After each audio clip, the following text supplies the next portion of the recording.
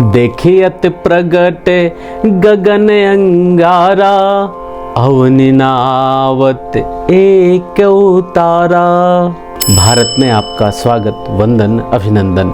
स्वस्थ रहें, मस्त रहें, व्यस्त रहें। नमस्कार, जय सिया राम। श्री गोस्वामी तुलसीदास जी के द्वारा रचित श्री रामचरितमानस के पंचम सोपान सुंदर कांड के 106 नंबर की चौपाई। कथा उस समय की है कि जब माँ जानकी जी अशोक वाटिका में बहुत दुखी मन में बैठी हुई खुद से बातें कर रही थी। उसी के समय की घटना का वर्णन इस चौपाई में है। जब हनुमान जी महाराज अशोक वाटिका में पहुंच जाते हैं और अशोक वृक्ष में पेड़ के पत्तों के बीच में छिप करके देखते हैं कि रावण आता है, माँ जानकी जी को डराता है। रावण सारी राक्षसियों से कहता है कि सीता जी को डराओ और रावण किले में चला जाता है। उन्हीं राक्षसियों में त्रिष्टा सभी से अपने सपने के बारे में कहती है कि मैंने एक सपना देखा है, और त्रिष्टा के सपने को सुन करके सारी राक्षसियां डर जाती हैं, माँ जानकी जी के चरण में गिर जाती हैं और इधर उधर फिर चली जाती हैं।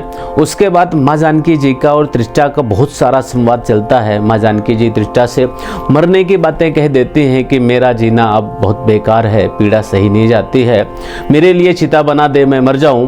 तो त्रिष्टा माँ जानकी जी को पैर पकड़ करके समझाती है और समझा करके वह अपने भवन में घर में चली जाती है।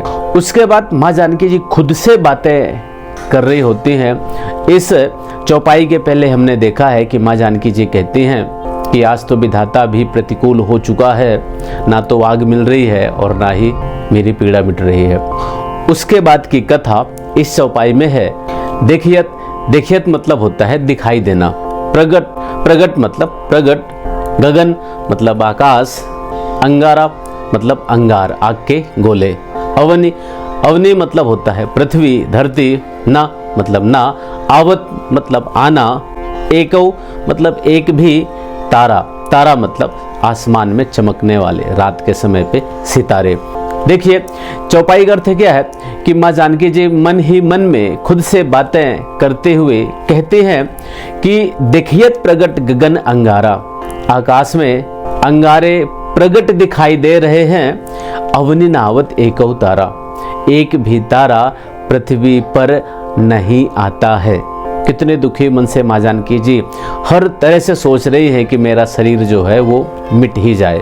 इसके बाद माँ जानकी जी और क्या कहते हैं, क्या सोचते हैं, वह हम अगली चौपाई में देखेंगे। जय सिया राम, जय हिंद।